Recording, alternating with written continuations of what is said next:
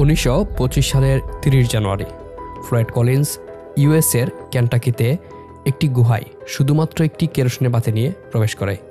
গুহাটি ছিল মাত্র 5 ফিটের, তাই তাকে হামাগুড়ি দিয়ে গুহার ভেতরে প্রবেশ করতে হয়েছিল।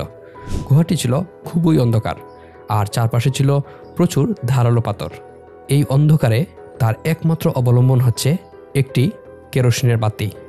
গুহার কিছু দূর প্রবেশের পর সে পৌঁছায় টার্ন অ্যারাউন্ড সেকশনে। দর্শক, এই সেকশনের পরেই ছিল দি স্কুইজ, যা ছিল মাত্র 9 ইঞ্চি প্রস্থের। এক্সপার্টরাও দি স্কুইজ অতিক্রম করতে পারবে না বলে তারা এই স্থান থেকে বেরিয়ে আসত, যার কারণে এই গুহার এই সেকশনের নাম হয় দি টার্ন অ্যারাউন্ড সেকশন। কিন্তু ফ্লয়েড দি স্কুইজ অতিক্রম করার সিদ্ধান্ত নেয়। সে যখন তার গুহার ভেতরে প্রবেশ করে তখন চারপাশে ধারালো পাথরে তার জামা কাপড় আটকে যেতে থাকে। গুহার এই অংশ এতই সরু ছিল যে সে তার হাত ব্যবহার করতে পারছিল না, শুধুমাত্র পায়ের সাপোর্টেই সামনের দিকে এগিয়ে যাচ্ছিল। দি স্কুইজ অতিক্রম করার পরেই সে দেখতে পায় গুহাটি প্রায় 10 ফিট নিচের দিকে চলে গেছে। তারপর সে রশি ভেদে নিচে নেমে যায়, আর এটিই ছিল গুহার শেষ প্রান্ত। জায়গাটি এতই সরু ছিল যে একজন মানুষেরই নাড়াচড়া অসম্ভব ছিল, আর সে এখানেই নিয়মিত খনন করত। কারণ তার একটু পরে ছিল একটি ক্রিস্টাল চেম্বার, যা ছিল অত্যন্ত মূল্যবান প্রিস্টিন হোয়াইট ক্রিস্টালে ভরপুর। প্রতিদিনের মতোই সে খনন কাজ শেষ করে ব্যাক করছিল। জায়গাটি শুরু হওয়ায় তাকে ফেরার পথে উল্টো হয়ে হামাগুড়ি দিয়ে ফিরতে হতো। ফেরার পথে একটু আগালেই তার হাতে থাকা বাতিটি ভেঙে যায়, আর ঘুটঘুট অন্ধকারে ছেয়ে যায় পুরো গুহা। এই অন্ধকারেও সে প্যানিকড না হয়ে সামনের দিকে এগোতে থাকে। দর্শক, যেহেতু সে তার হাত ব্যবহার করতে পারছিল না, তাই শুধুমাত্র পায়ের সাপোর্টেই সামনের দিকে এগোচ্ছিল। কিন্তু বিপদ ঘটে তখনই, যখন তার পায়ের ধাক্কা লাগে একটি লুজ পাথরে। 15 কেজি ওজনের সেই বিশাল পাথরটি তার পায়ের উপর পড়ায় সে আটকে যায়। অন্য পা দিয়ে পাথরটি সরাতে গেলে উপর থেকে আরও ভঙ্গুর পাথর ও মাটি তার সারা শরীরের উপর পড়ে। সে পুরোপুরি গুহার মধ্যে আটকে যায়। এটি হচ্ছে দ্য স্যান্ড কেভ। ফ্লয়েড এই ঘুটঘুটে অন্ধকার গুহার ভেতর থেকে বেঁচে ফিরতে তার হাতে একমাত্র অপশন ছিল জুড়ে চিৎকার করে সাহায্য চাওয়া। কিন্তু সে ছিল গুহার 60 ফিট গভীরে, যেখানে তাকে শোনার মতো কেউই ছিল না। আর এখান থেকে শুরু হয় ফ্লয়েড কলিন্সের সার্ভাইভাল ডেইজ। চলুন দর্শক, জেনে আসি ফ্লয়েড কলিন্স কি বেঁচে ফিরতে পেরেছিল, নাকি প্রাণ দিতে হয়েছিল সেই গুহাতেই।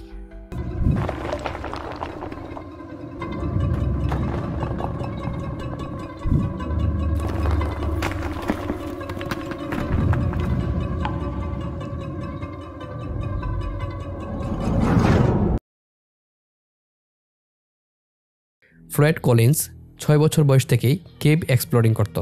কেভ এক্সপ্লোরিং তার কাছে এতই ভালো লাগতো, সে প্রায় সারাদিনেই কেভ এক্সপ্লোরিংয়ে ব্যয় করত। এমনও হতো সে মাঝে মাঝে কেভে ঘুমিয়ে পড়ত। 1917 সালে প্রথম সে তার বাবার ফার্মল্যান্ডে একটি গুহা আবিষ্কার করে। তারপর সে কেন্টাকি কেভ ওয়ার্ডসে ইনভলভ হয়ে যায়। কেন্টাকি কেভ ওয়ার্ডসকে সহজ ভাষায় বলতে গেলে এটি হচ্ছে ইন্টারকানেক্টেড অনেকগুলো কেভের বিশাল সমষ্টি, যা পৃথিবীর সবচেয়ে বড় কেভ সিস্টেম। কেন্টাকিতে এমন অনেক গুহা রয়েছে যা ট্যুরিস্ট স্পট হিসাবে পরিচিত। ওই এলাকায় একমাত্র আয়ের উৎসই হচ্ছে ওই সকল গুহা।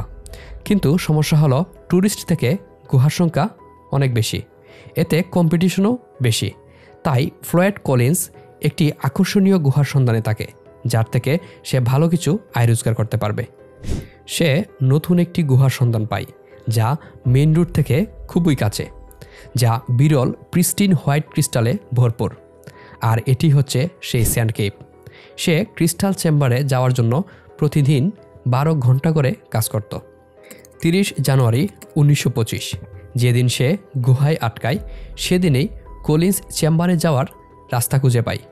সে তার আবিষ্কার করা গুহাটির কথা সবাইকে জানানোর জন্য খুবই এক্সাইটেড ছিল, কিন্তু সৃষ্টিকর্তা তার কপালে অন্য কিছু রেখেছিল। সে আটকে যায় এই গুহারেই 60 ফিট গভীরে, যেখানে সে নাড়াচাড়াও করতে পারছিল না। সাহায্য চেয়ে চিৎকার করতে করতে ক্লান্ত হয়ে আবার চিৎকার শুরু করে, কিন্তু তাকে শোনার কেউই ছিল না।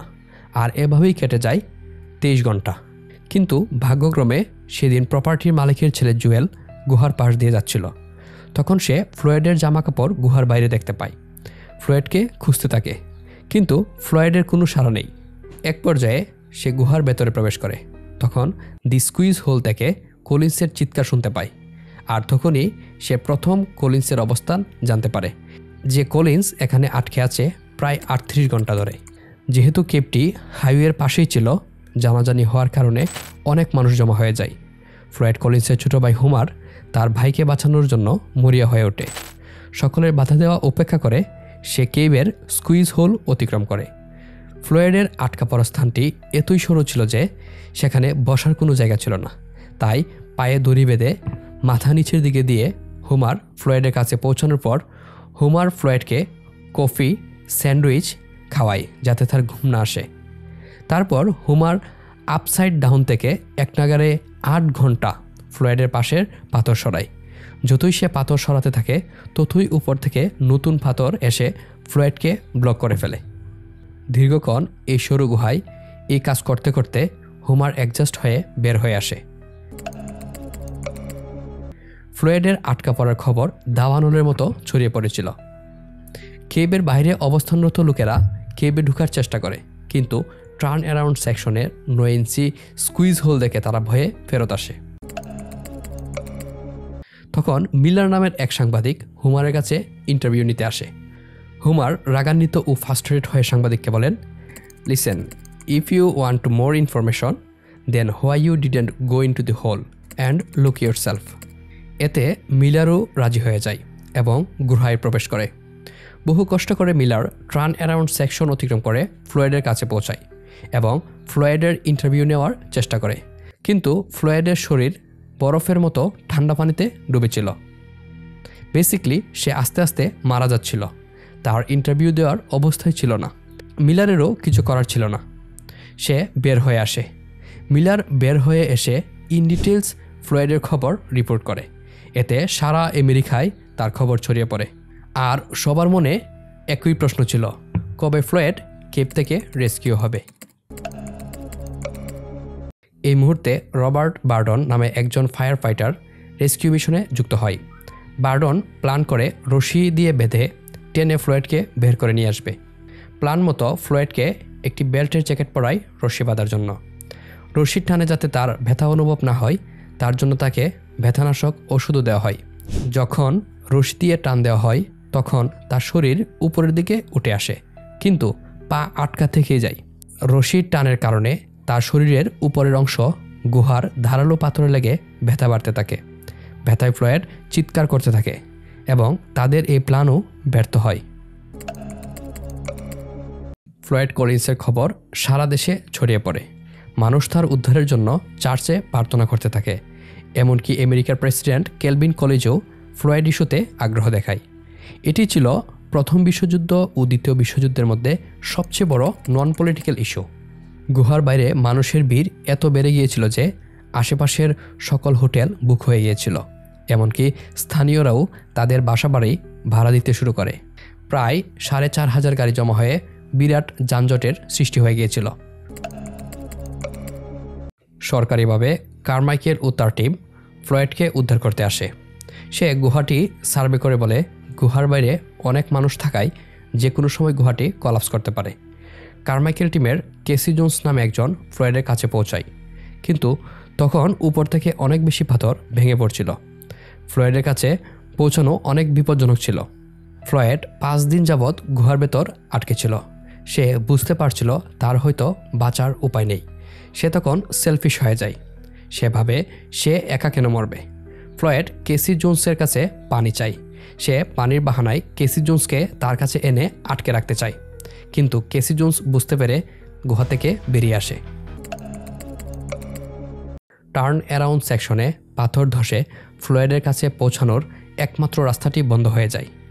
এই মুহূর্তে 2টি অপশন ছিল, একটি হার মেনে নেওয়া, অন্যটি উপর থেকে নতুন গর্ত করে ফ্লয়েডের কাছে পৌঁছানো। ফ্লয়েড মাটির 60 ফিট নিচে আটকা ছিল। কারমাইকেল অত্যাধুনিক যন্ত্র ও দক্ষ টিম নিয়ে খনন কাজ শুরু করে দেয়। এখন এটি একটি প্রফেশনাল অর্গানাইজড রেস্কিউ মিশনে পরিণত হয়। কারমাইকেল অনেক অভিজ্ঞ লোক ছিল। সে হিসাব করে দেখল খনন করে ফ্লয়েডের কাছে পৌঁছাতে তাদের 30 ঘন্টা সময় লাগবে। কিন্তু প্রশ্ন ছিল 30 ঘন্টা কি ফ্লয়েড বেঁচে থাকতে পারবে? কারমাইকেলের টিম নন স্টপ খনন কাজ চালিয়ে যেতে থাকে। উৎসুক জনতা এত বেশি ছিল যে সেখানে মেলার মতো অবস্থা হয়ে যায়। অনেক মানুষের এটাও জানা ছিল না ফ্লয়েড কীভাবে আটকা পড়ে। এতে বিভিন্ন গুজব ছড়িয়ে পড়ে।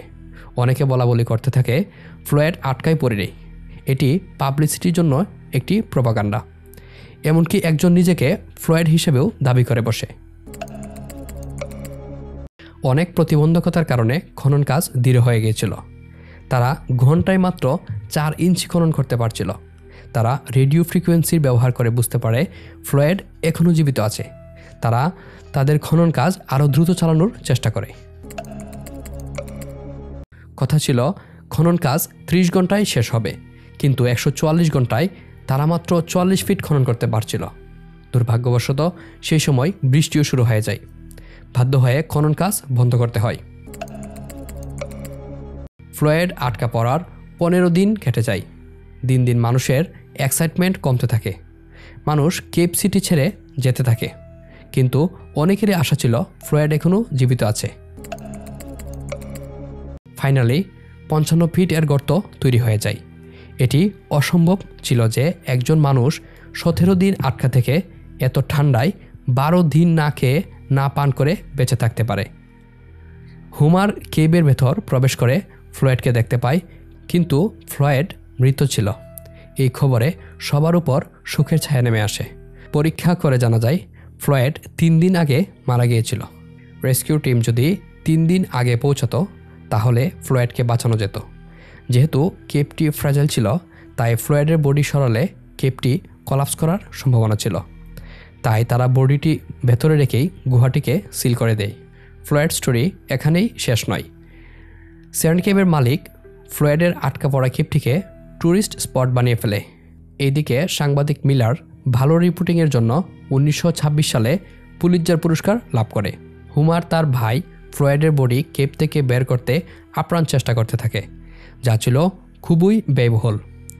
17 এপ্রিল 1927 হুমার দীর্ঘ 1 সপ্তাহ খননের পর ফ্লয়েডের দেহ উদ্ধার করতে পারে। পরবর্তীতে ফ্লয়েড তার মার কফিনের পাশে চিরনিদ্রায় শায়িত হয়। দর্শক, এতক্ষণ আমাদের সাথে থাকার জন্য অসংখ্য ধন্যবাদ। এমন সব ইনফরমেটিভ ভিডিও পেতে আমাদের সাথেই থাকুন, আর আপনাদের মতামত জানান আমাদের কমেন্ট বক্সে।